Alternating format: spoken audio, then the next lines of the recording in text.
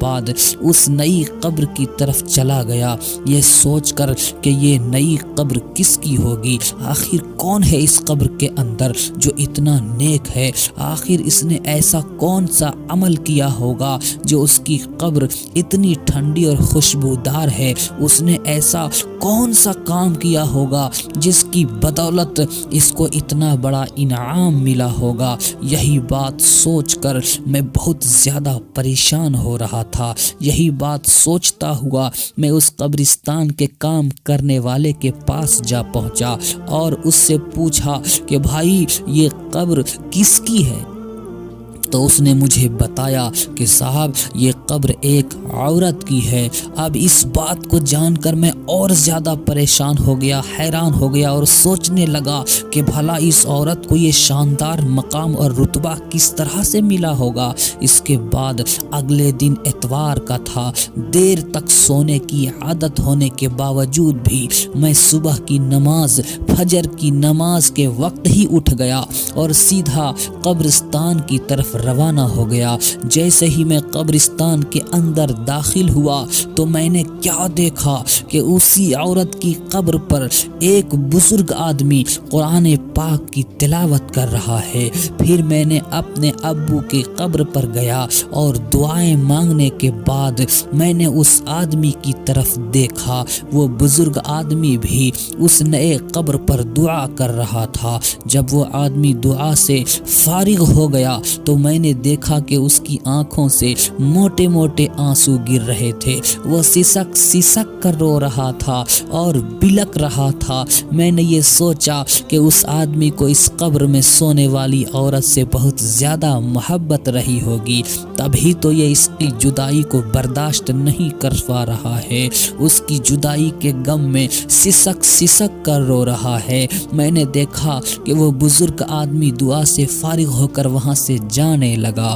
جیسے ہی وہ وہاں سے جانے لگتا ہے تو میں نے اس کو آواز لگائی کہ اے جناب، اے پیارے، ایک بات تو سنیے، بس تھوڑی دیر کے لیے آپ میری بات کو سن لیجئے۔ میں معافی چاہتا ہوں میں نے آپ کو تکلیف دی، مگر میں آپ سے ایک بات پوچھنا چاہتا ہوں، اگر آپ برا نہ مانے تو میں آپ سے پوچھ لوں؟ تو بزرگ کہنے لگے کہ اس میں برا ماننے والی کون سی بات ہے، پوچھیے آپ کیا پوچھنا چاہتے ہیں۔ انہوں نے نہایت ہی ادب اور محبت کے ساتھ جواب دیا۔ میں نے کہا جی شکریہ آپ کا۔ میں نے کہا کہ اب بھی آپ جس قبر پر دعا مانگ رہے تھے یہ قبر کس کی ہے؟ اگر آپ مناسب سمجھیں تو بتا دیجئے۔ تو وہ بزرگ کہنے لگے کہ اجی آپ یہ کیوں پوچھ رہے ہیں؟ تو میں نے کہا کہ اصل میں اس قبر سے آنے والی خوشبو نے مجھے بے قرار کر دیا ہے، بے چین کر دیا ہے۔ اس قبر کی ایسی خوشبو میں نے آج تک کہیں پر بھی دوسری اور محسوس نہیں کی۔ مجھے یہ خوشبو اس دنیا کی نہیں لگتی ہے۔ میں آپ سے یہ کہنا چاہتا ہوں کہ صاحب قبر نے ایسا کون سا عمل کیا ہے جو اتنا بڑا مرتبہ ان کو ملا ہے کہ اس کی قبر بہت ہی ٹھنڈی اور خوشبودار ہے۔ یہ سن کر اس بزرگ نے ٹھنڈی آہ بھری اور کہنے لگے کہ قبر ٹھنڈی اور خوشبودار کیوں نہ ہوگی، اس نے اللہ کو راضی ہی اس طرح سے کیا ہے۔ جی میں یہی تو جاننا چاہتا ہوں کہ اس نے ایسا کون سا عمل کیا ہے، ایسا کون سا کام کیا ہے جس سے اس کو یہ اتنا بڑا انعام ملا ہے۔ تو وہ بزرگ کہنے لگے کہ یہ میری بیوی کی قبر ہے، 30 سال 35 سال کا ہمارا ساتھ رہا ہے۔ میں 4 بہنوں کا ایک لوتا بھائی ہوں۔ میری بہنوں اور میری ماں کو میرا صحرا دیکھنے کا بہت شوق تھا۔ جیسے ہی میں کسی کام پر لگا تو انہوں نے چاند جیسی دلہن تلاش کرنی شروع کر دی۔